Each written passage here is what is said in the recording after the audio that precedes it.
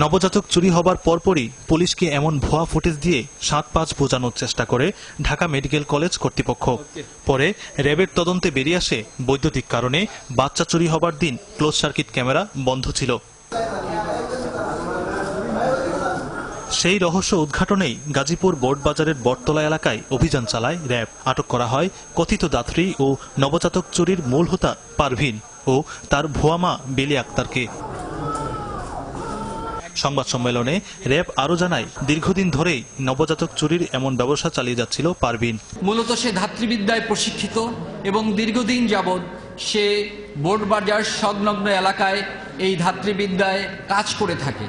সাধারণত কোনো শিশু জন্মগ্রহণ করলে তার সঙ্গে কন্ট্যাক্ট যখন থাকে সেই শিশুটিকে মৃত বলে অন্যের কাছে বিক্রি করে দেয়। যখন অবৈধ গর্ভপাতের মতন ঘটনা ঘটে সেক্ষেত্রে সে এই শিশুটিকে আসলে মৃত্যু না ঘটিয়েই অন্যের কাছে বিক্রি করে দেয়। হারানো মানিককে বুকে পেয়ে আনন্দে আত্মহারা বাবা মা। আমি দুজনকে সাংবাদিক বানাবো চিন্তা ভাবনা করেছি। আপনাদের যদি অনুরোধ থাকে তাহলে একজন র্যাব একজন সাংবাদিক।